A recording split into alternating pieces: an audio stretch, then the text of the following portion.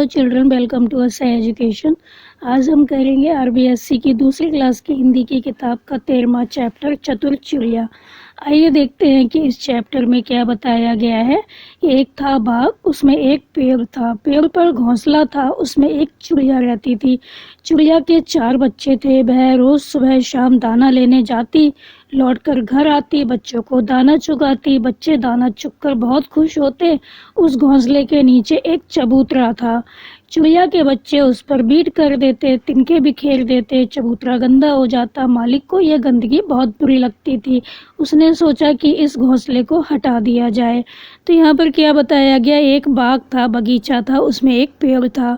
जो ये पेड़ था उसमें एक घोंसला था जिसमें चिड़िया थी, उसके बच्चे रहते थे। तो जो ये चिड़िया थी उसके 4 बच्चे थे। तो जो चिड़िया थी वो अपने बच्चों के लिए क्या करती थी, रोज़ सुबह शाम दाना लेने जाती थी। जो बच्चे थे वो क्या करते थे, जो दाना थे उसको चुगते थे, खाते थे खाना। और बच्चे दाना चुगकर बहुत प्रसन्न होते थे, खुश हो जाते थे जब उनका पेट भर जाता था। और जो ये पेड़ था उसके नीचे ही क्या था, एक चबूतरा था। तो जो चिड़िया के बच्चे थे उस पर बीट कर देते थे। तो जो बच्चे थे वो वहाँ पे गंदगी भी फैलाते थे, तिनके बिखेर देते थे। तो जो चबूतरा था काफ़ी गंदा हो जाता था। तो जो मालिक था उसको ये गंदगी अच्छी नहीं लगती थी। तो जो मालिक था वो सोचता है कि क्यों ना जो घोंसला है उसको हटा दिया जाए। वह अपने लड़के से बोला, माली से कहना घोंसला हटा दे। चिड़िया घर लौट कर आई, बच्चे घबरा रहे थे। उन्होंने मालिक की बात माँ को बताई। चिड़िया ने कहा, बच्चों घबराओ मत, मौज से रहो। तो क्या होता है, ऐसे ही कुछ दिन निकल जाते हैं। घोंसला जो होता है हटता नहीं वहाँ से। मालिक फिर एक दिन आता है बगीचे में, उसे घोंसला वहीं पर दिखाई देता है। तो वो अपने बेटे से कहता है, घोंसला अभी तक नहीं हटा, तुम हटा देना। जो चिड़िया होती है जब लौट कर आती है तो बच्चे बहुत घबराए हुए थे। तो बच्चे अपनी माँ से कहते हैं, माँ आज मालिक फिर आया था और अपने बेटे से कह रहा था कि वो क्या करे, खुद इस घोंसले को हटा दे। तो उसने अपने बेटे से खुद घोंसला हटाने को कहा है। तो क्या होता है, जो मालिक होता है बगीचे का वो अपने बेटे से कहता है कि माली है उससे कहना कि जो घोंसला है वो हटा दे। तो जो चिड़िया है जब घर लौट कर आती है तो बच्चे जो थे काफ़ी घबराए हुए थे। उन्होंने मालिक की बात जो थी वो माँ को बताई कि मालिक ने क्या कहा है, ये जो घोंसला है इसको हटाने के लिए कहा है। तो जो चिड़िया होती है बच्चों से कहती है, तुम घबराओ मत, अच्छे से रहो, मौज से रहो, तुम्हें चिंता करने की कोई ज़रूरत नहीं है। तो कुछ दिन ऐसे ही निकल जाते हैं। घोंसला होता है जो कहते हो वहीं पे ऐसे ही रखा होता है, वहाँ से हटता नहीं है। फिर क्या होता है, एक दिन मालिक फिर आता है बगीचे में। तो जो घोंसला होता है उसको वहीं पे दिखाई देता है। तो वो अपने बेटे से कहता है कि ऐसा करो, तुम ही इस घोंसले को हटा देना। तो जो बच्चे थे जब सुनते हैं तो बहुत घबरा जाते हैं। तो जब उनकी माँ लौट कर आती है, चिड़िया जो जब लौट कर आती है दाना लेकर, तो जो बच्चे हैं वो अपनी माँ से कहते हैं, माँ मालिक जो था इस बगीचे का आज फिर आया था और अपने जो बेटा है अपने बेटे से उसने कहा था कि ये जो घोंसला है इसको हटा दे। तो उसने अपने बेटे से खुद घोंसला हटाने के लिए कहा था। तो जो चिड़िया है वो कहती है, घबराओ नहीं, यही मौज से रहो। कुछ दिन और निकल गए, ना कोई आया ना घोंसला हटा। फिर एक दिन मालिक आया, उसने देखा घोंसला अब भी वही है। वह बोला, इस घोंसले को कल सुबह मैं खुद हटाऊंगा। चिड़िया शाम को बच्चों के पास लौटी। बच्चों ने बताया, माँ कल सुबह मालिक आएगा, अपने हाथों से घोंसला हटाएगा।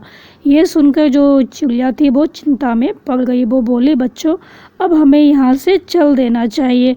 बच्चे सोचने लगे, माँ ने इस बार ही चलने को क्यों कहा।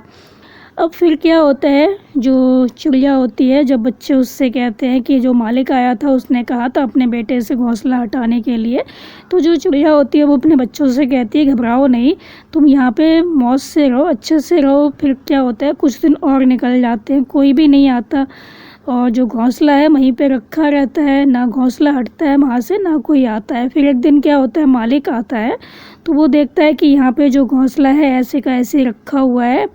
तो वो देखता है घोंसले को और सोचता है कि मैं कल आकर इस घोंसले को खुद ही हटाऊंगा। तो वो कहता है कि इस घोंसले को कल सुबह मैं खुद हटाऊंगा। अब जो बच्चे होते हैं अपनी माँ से कहते हैं कि कल सुबह जो मालिक है वो आएगा, अपने हाथों से इस घोंसले को हटाएगा, उसने ऐसा कहा है।